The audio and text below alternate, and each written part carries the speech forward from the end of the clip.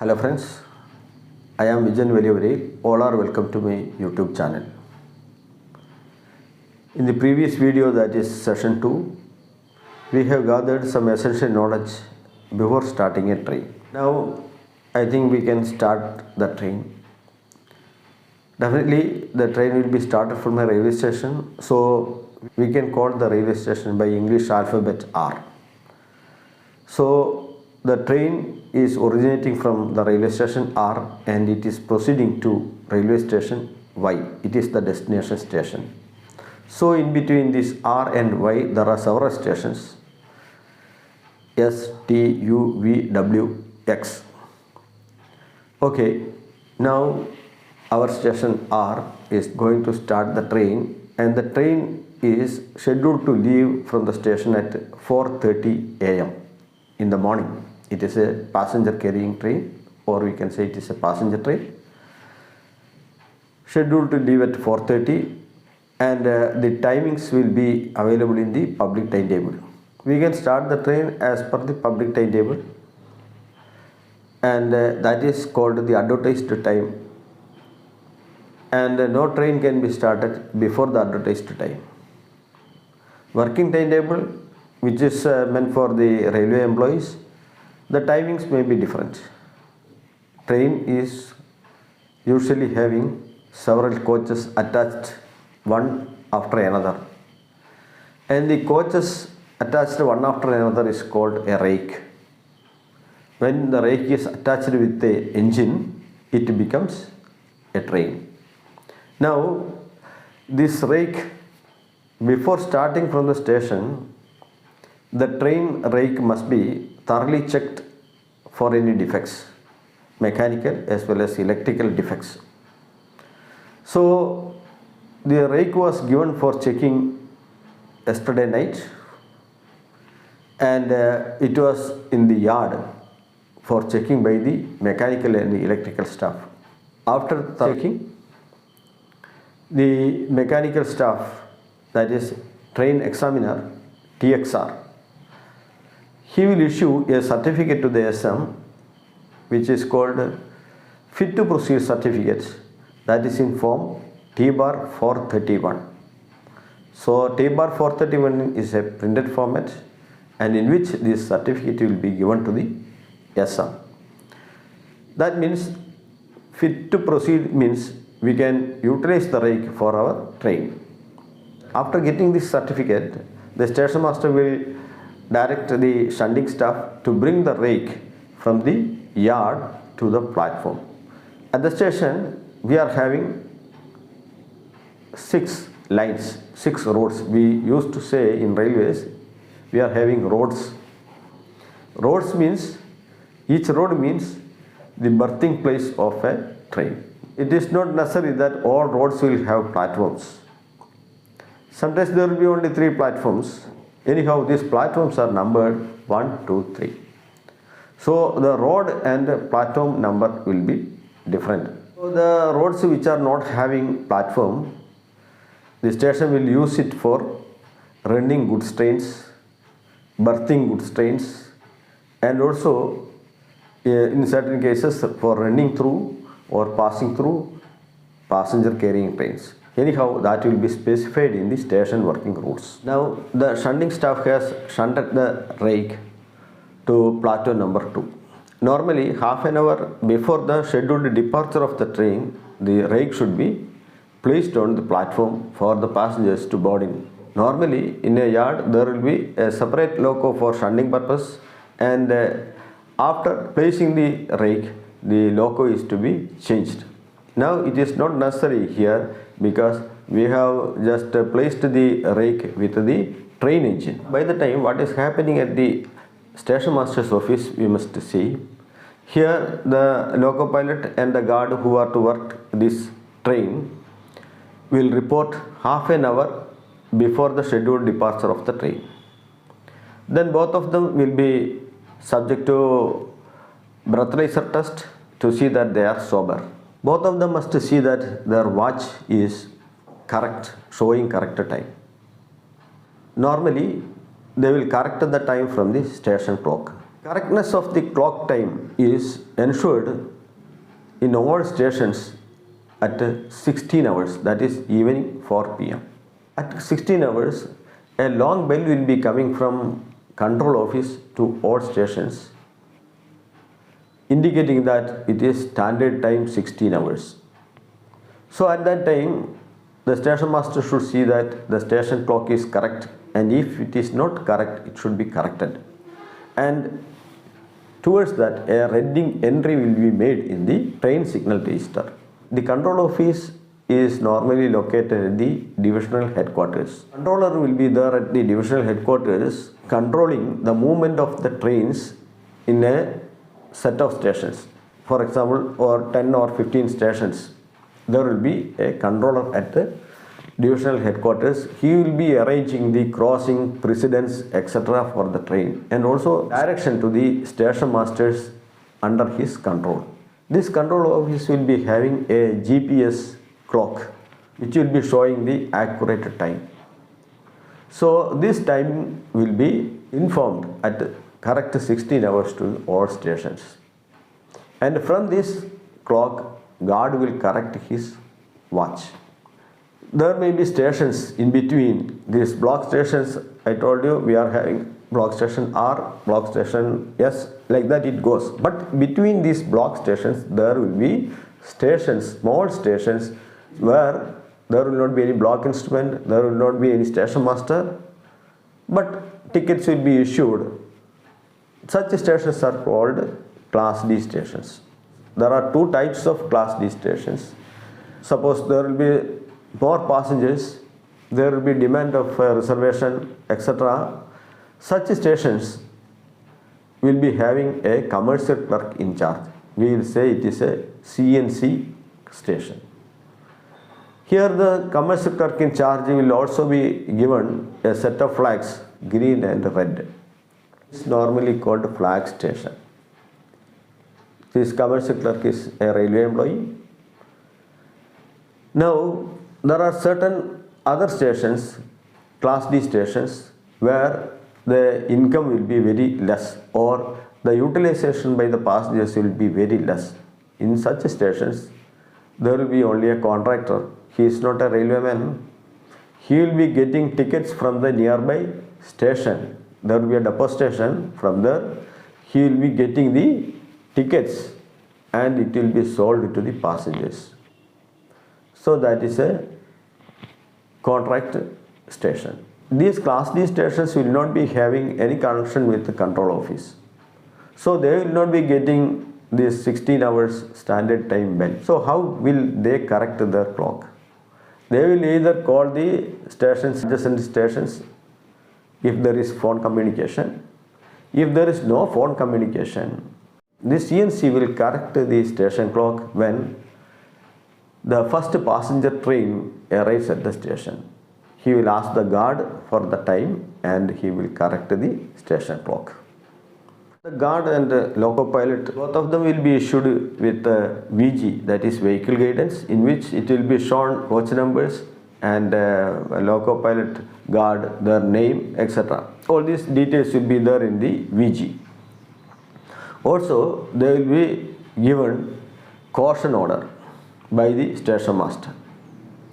This caution order is an important document which is to be prepared with utmost care by the station master. Now let us see what is the caution order. See, I will give a separate video on this caution order. Anyhow, for the time being, we will see what are the details given in the caution order. Normally, the caution order is issued from the starting station to the next notice station. What is the notice station? For this purpose of issuing caution order will be notified in the working timetable. So the SM, the station master, will prepare this caution order from starting from his station to the next notice station.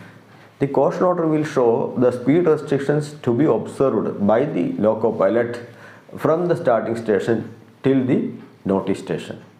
The form number is T bar 409. Normally it will be printed in green font, and this will be having several columns and rows. So we will see what are the important columns. First, it will be mentioning the from two stations. That is, for example, there is a work going on between our R station and S station at so and so kilometer. For a particular length of this track, speed of the train is to be restricted to 10 kmph. So the loco pilot will be given in this caution order from two stations, that is from R station to S station, and also the kilometer where the work is going on or where the speed restriction is imposed. So that kilometer will be given, and next the speed of the train on that stretch of the line. Here the loco pilot has to observe that speed. Thereafter there will be caution indicator, speed indicator, termination indicator, etc. that we will see later.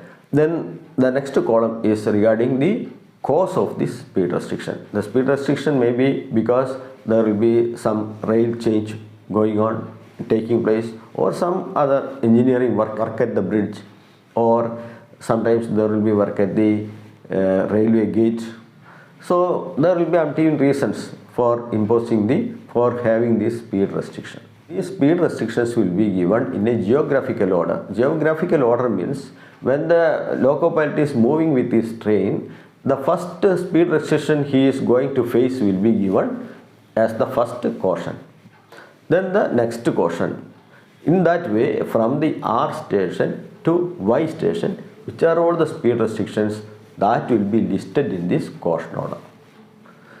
Why it is saying that it is a very important, sensitive, and also it should be prepared with utmost care. Suppose a wrong kilometer is given by mistake, there is a chance that the loco pilot will not observe the speed restriction at the actual spot. So that may cause an accident where the train has to go at 10 kmph. If it is going beyond that speed, that is, it is going at 100 kmph, means there is every chance for an accident. And also the speed restriction, that 10 or 40, that should be clearly given, or if there happens to be some mistake, instead of 10, if it is written 40, what will happen? There is a chance of accident because the track is fit only for passing at 10 kmph, and if we are giving it writing that it is 40 kmph, so there will be a chance of accident. So this caution order should be prepared very carefully by the station master. The station master has to grant line clear, he has to obtain line clear. Then also there will be, in fact, 4 directions, is it not? From a station there will be an up line towards a station, then a train will be coming from that station in the down line. Here towards the other direction we will be sending a train, another train will be arriving. So there will be actually in a double line station there will be 4 areas to be taken care of, and he has to promptly clear the signals for the train, dispatch signals as well as the reception signals. All these operating works are to be undertaken. All the movements of these trains are to be promptly recorded in the registers at the station. This is part of this operating work.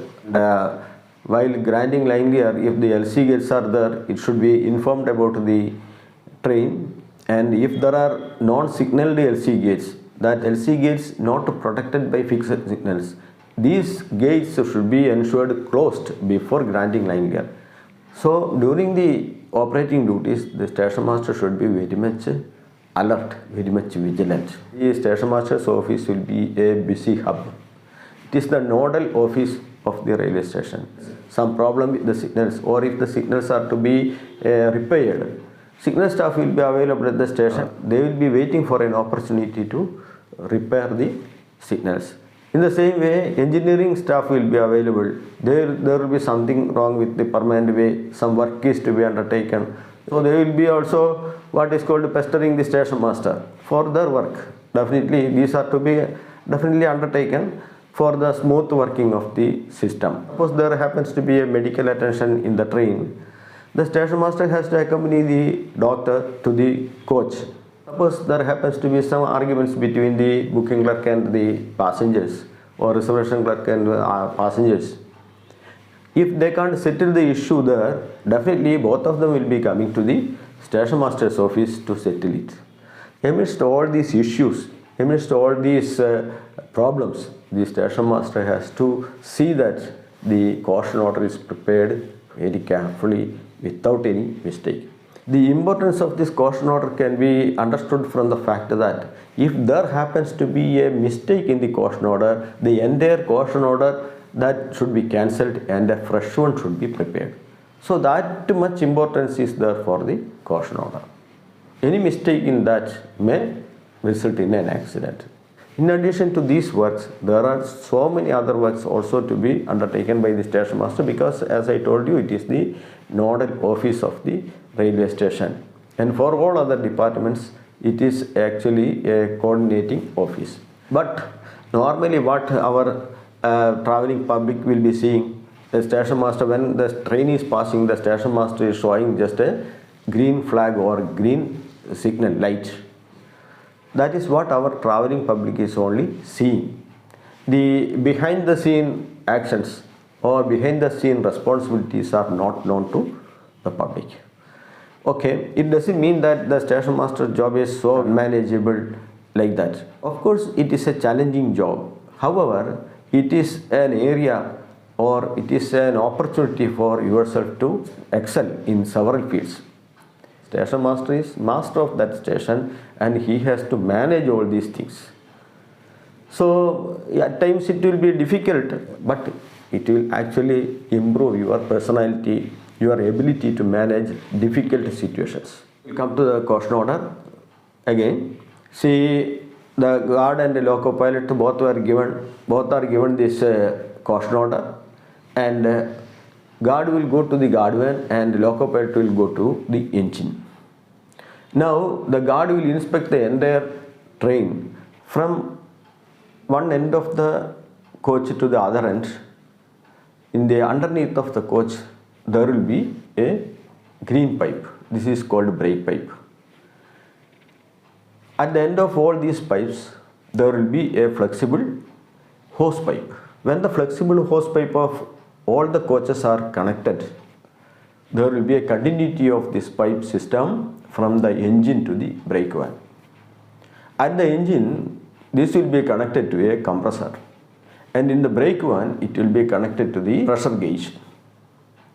When the compressor is worked by the loco pilot, a pressure will be created inside this brake pipe. Normally in the brake pipe 5 kg per centimeter square pressure will be created, and this can be measured at the brake van from the pressure gauge. Now the loco pilot and guard will conduct a continuity test. The guard will drop the pressure in the brake pipe by just lowering the handle of the pressure gauge. That will be felt in the loco, and the loco pilot will increase the pressure in the brake pipe. Then immediately the pressure gauge will show 5 kg pressure again. That means the pipe is continuous from the engine to the brake van. That is the continuity test. For what this brake pipe is given to the coach. In every coach, this brake pipe will be connected to the braking system. When the brake pipe pressure is reduced, the brake blocks will catch the wheel and the train will stop. So when the brake is applied from the loco, then the entire coaches will stop because of the drop in pressure. This is the air brake system of the train. There is only a single pipe, that is brake pipe only, it will be called single pipe system. In certain trains there will be another pipe in the same way running throughout the coaches, and it will be connected by white hose pipes, and inside this pipe 6 kg pressure will be maintained. This is called feed pipe. Feed pipe means it will feed something, is it not? The feed pipe will be connected to the brake pipe in every coach. So when the brake pipe pressure is dropped, immediately the compressed air from feed pipe will feed the brake pipe and the pressure will be regained. So what is the benefit of having this? When the train has applied the brake, immediately the pressure will be regained in the brake pipe and the train can immediately start and go. So this is the benefit this twin pipe system is having. Suppose the brake pipe is only there, when the pressure is reduced, the pressure is again to be created in the loco and it is to be fed into the brake pipe system. So it will take time. Loco pilot will inspect his cabin and see that all the meters and everything is in working order. He will see that the headlight is working and also the two white marker lights on either side of the engine are in working condition. Suppose on the way headlight is not burning or it cannot be immediately repaired, the train has to go at a restricted speed 40 kmph. Engine is getting power from the overhead line. Regarding this OHG, we will be having a separate video. Now the loco pilot will be waiting for the signals to be taken off. Now what are the signals governing this particular train? Let us see. All these 6 roads will be having signal for starting train from that respective roads. At the end of the road or at the end of the platform, we can see 6 stop signals. Why stop signals? You can see the signals are showing red light. That means it is a stop signal. It is fixed stop signal because it is erected on a post. Now all these 6 lines, 6 roads will be having fixed stop signal. Which signal will be governing our train? Our train is on platform number 2. On the left side of the track, near that engine, at the end of the platform, there will be a stop signal. That is the signal for this train on the left side of the track. All signals will be usually on the left side of the track. If the signal is provided on other than left side, it should be with the approval of Commissioner of Railway Safety because it is going against the GR. Now on the left side of the train, near the engine, just ahead of the engine, there is a signal that is meant for this train or this track. It is now burning red. That signal is called starter signal. So starter signal will be available at the station, normally at the end of the platform or at the end of the road for starting the train. It is a stop signal. This road to platform line, that is a straight road. You can see it is a straight road. So it is straight, it is going to station S. See, our next station is S. So it is straight going to station S. It is called the main line then. To this main line, all other lines will converge. You know, there are other lines, road 1, road 3, road 4, road 5, road 6. All these lines will converge on this main line and the trains can go on this main line to station S. After the convergence of all these 6 lines, see one main line, ours is a main line, then all other loop lanes, we will say loop lanes, these loop lanes will converge and join the main line. After that area of joining, there will be another signal on the left side and that signal is called advanced starter or LSS. In certain stations, this advanced starter will not be available, only starter will be available. In that case, starter will be called the LSS. Now, this LSS, the specialty of this LSS is, it is also showing red, that is a stop signal. Why it is called LSS means, it is the last stop signal for the station. If a train is dispatched, sent out from the station, the train can be stopped at the station only at the LSS. Thereafter, there is no signal to stop the train. There is no fixed signal to stop the train. So it is called the LSS. Now this video has become already very lengthy. I think we can stop here now. And all requirements for starting a train has been completed. Now definitely we can start the train in the next video. By the time, those who are yet to subscribe this channel, kindly subscribe it and also click the bell icon near to that subscription button so that you will be getting notification in your phone whenever new video is posted in YouTube. Also please share this video with your friends. Okay, we will see in our next video.